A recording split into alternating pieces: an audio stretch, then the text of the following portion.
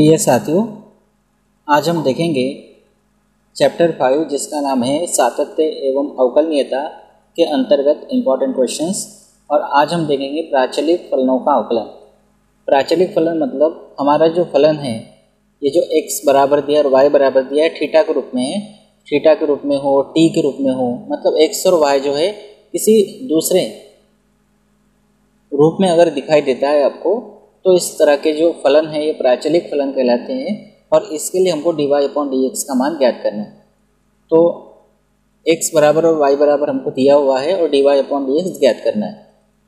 तो इसके लिए सबसे पहले तो हम ये देखते हैं कि dy/dx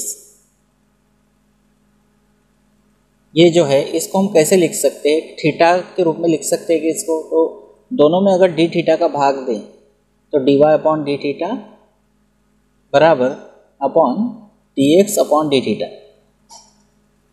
dy/d बटे dx/d थीटा। तो इस तरह से इसको लिख सकते हैं dy/dx को, dy/d बटे dx/d थीटा, इस तरह से लिख सकते हैं। इसको चाहो तो समीकरण नंबर 1 नाम हम दे देते हैं। तो dy/dx का मान ज्ञात करने के लिए हमको dy/d का मान चाहिए और dx/d थीटा का मान चाहिए, मतलब इसका थीटा के सापेक्ष अवकलन चाहिए और इसका थीटा के सापेक्ष अवकलन चाहिए। तो किसी को भी पहले लेकर, अब dy/d है तो पहले dy वाले को ले लेते हैं और फिर x वाले को ले लेंगे और दोनों का थीटा के सापेक्ष अवकलन कर लेंगे और ये जो मान आएंगे यहाँ रख देंगे तो इसका मान आपको मिल जाएगा। तो हम लिख लेते हैं, दिया है, किसी को भी आप पहले ले सकते हैं, पहले y के रूप में लेता हूँ मैं, y बराबर a sin थीटा। तो ये थीटा के रूप में दिया है तो थीटा के सापेक्ष अवकलन करते हैं। तो हम लिखेंगे थीटा के सापेक्ष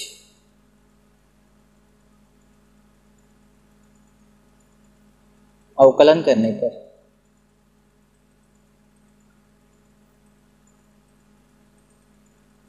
तो ये हो जाएगा dy/d थीटा बराबर, थीटा के सापेक्ष कर रहे हैं तो a अचर इसको बाहर रखते हैं तो ये हो जाएगा d/d थीटा साइन थीटा।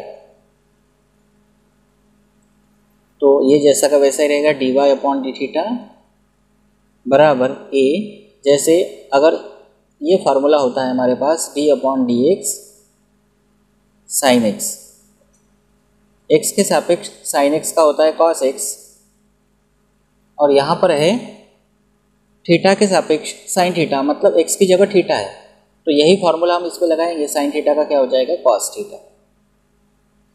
इसको हम नाम दे देते हैं समीकरण नंबर 2। अब हमारे पास पुनः क्या दिया है उसको भी लेके चलते हैं। पुनः दिया है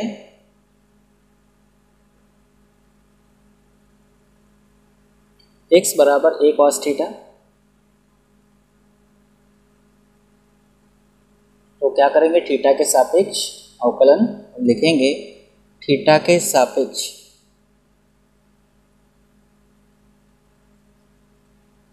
अवकलन करने पर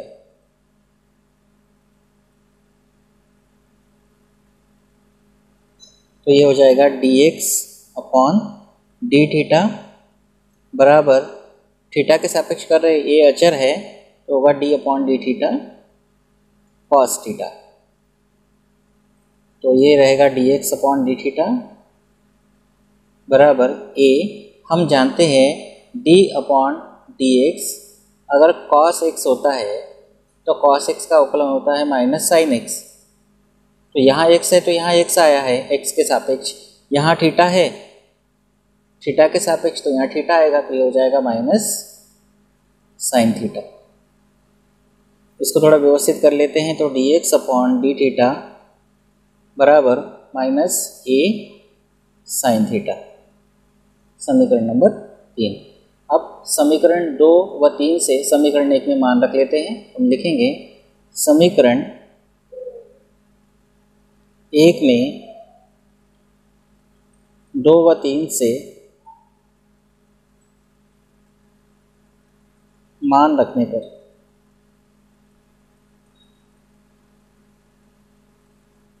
तो समीकरण 1 हमारा है dy/dx बराबर, इसका मान हमारे पास है समीकरण 2 में और इसका मान है हमारे पास समीकरण 3 में। तो मान रखेंगे, ये हो जाएगा dy/dx बराबर dy/d का मान है a cos थीटा, यहाँ रखेंगे a cos थीटा, और dx/d का मान है minus a sin theta. a से a कैंसिल हो जाएगा, तो यहाँ आएगा dy/dx बराबर माइनस कॉस बटे साइन बचेगा कॉस थीटा बटे साइन थीटा। dy/dx बराबर माइनस कॉस बटे साइन होता है कॉट, तो ये हो जाएगा कॉट थीटा। तो इस तरह से dy/dx का मान थीटा के रूप में आया माइनस कॉट थीटा। अगला क्वेश्चन है, यदि x बराबर a 2 theta plus sine theta, y बराबर a 1 माइनस कॉस थीटा, तो dy/dx ज्ञात कीजिए। तो सबसे पहले dy/dx को हम क्या लिख सकते हैं, dy थीटा के रूप में है तो dy/d theta upon dx/d theta, इसको नाम देते हैं समीकरण नंबर 1। फिर dy/d थीटा का मान निकालते हैं, तो इसको लेके चलते हैं y बराबर को, लिखेंगे दिया है y बराबर a 1 minus cos theta. Theta के सापेक्ष अवकलन करेंगे तो यह लिखेंगे थीटा के सापेक्ष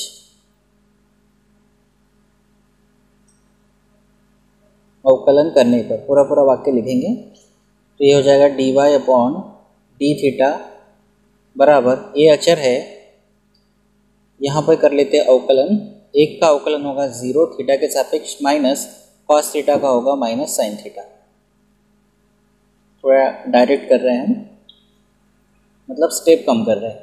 तो dy/d थीटा बराबर a माइनस माइनस हो जाएगा प्लस, ये 0 का कोई मतलब नहीं, तो ये हो जाएगा a साइन थीटा, इसको नाम देंगे समीकरण नंबर 2। ये आ गया dy/d थीटा का मान। अब निकालेंगे dx/d थीटा, तो इसको लेके चलेंगे, हम लिखेंगे पुनः दिया है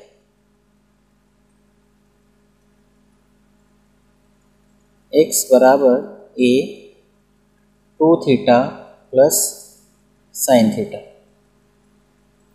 थीटा के सापेक्ष अवकलन करेंगे,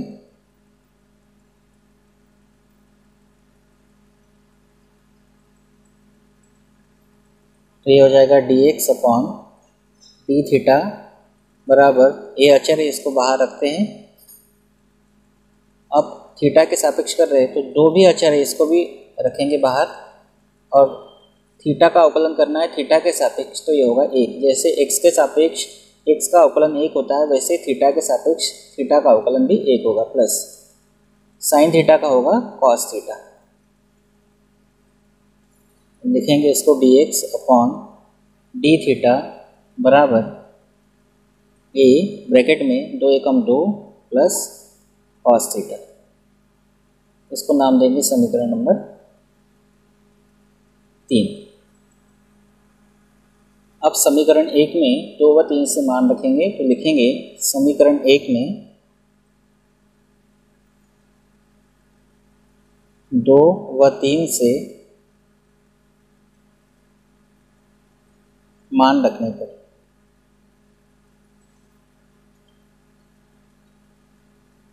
तो dy/dx बराबर dy/d थीटा का मान है a sine theta upon dx/d theta का मान है a कोष्टक में 2 प्लस कॉस थीटा। तो a से a कैंसिल हो जाएगा, तो यहाँ बचेगा dy/dx बराबर sine theta upon 2 plus cos theta, इसको कोष्टक में रख लेते हैं। तो इस तरह से ये हो गया आपका dy/dx का मान। अगला क्वेश्चन है, यदि x बराबर 2at² और y बराबर 3at है तो dy/dx ज्ञात कीजिए। अब ये जो प्राचलिक समीकरण है ये t के रूप में दिया है, तो जिस रूप में भी दिया है उस रूप में पहले dy/dx को बना लेते हैं। तो हम लिखेंगे चूँकि dy/dx t के रूप में है तो हम लिखेंगे dy/dx dt और पूरे के बटे में dx अपॉन dt, इसको नाम देंगे समीकरण नंबर 1। अब dy अपॉन dt का मान चाहिए तो y बराबर 3at को लेके चलेंगे, लिखेंगे दिया है y बराबर 3at, क्या लिखेंगे t के सापेक्ष अवकलन करने पर, तो सेंटेंस आप लिख लेंगे, ये हो जाएगा dy अपॉन dt बराबर 3a और t के सापेक्ष t का अवकलन होगा 1, तो dy अपॉन dt का मान हमको मिल जाएगा 3a, इसको नाम देंगे समीकरण नंबर 2। फिर लिखेंगे पुनः x बराबर दिया है, ये भी पुनः दिया है x बराबर 2a t स्क्वायर, तो यहाँ t के सापेक्ष अवकलन करेंगे तो होगा dx अपॉन dt बराबर t स्क्वायर का अवकलन करेंगे 2a अचर है तो t स्क्वायर का होगा 2t। इसको थोड़ा आगे बढ़ाएंगे तो dx अपॉन dt बराबर 2 दूनी 4 a t, इसको नाम देंगे समीकरण नंबर 3। समीकरण 1 में 2 व 3 से मान रखेंगे, समीकरण 1 में 2 व 3 से मान रखने पर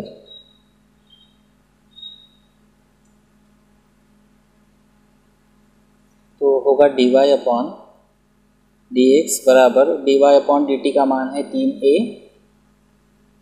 पूरे के बटे में dx अपॉन dt का मान है 4at, तो a से हो जाएगा कैंसिल, तो dy अपॉन dx का मान होगा 3/4t। इस तरह से मिल गया dy अपॉन dx का मान।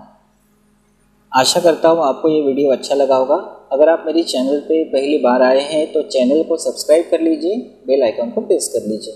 Thank you.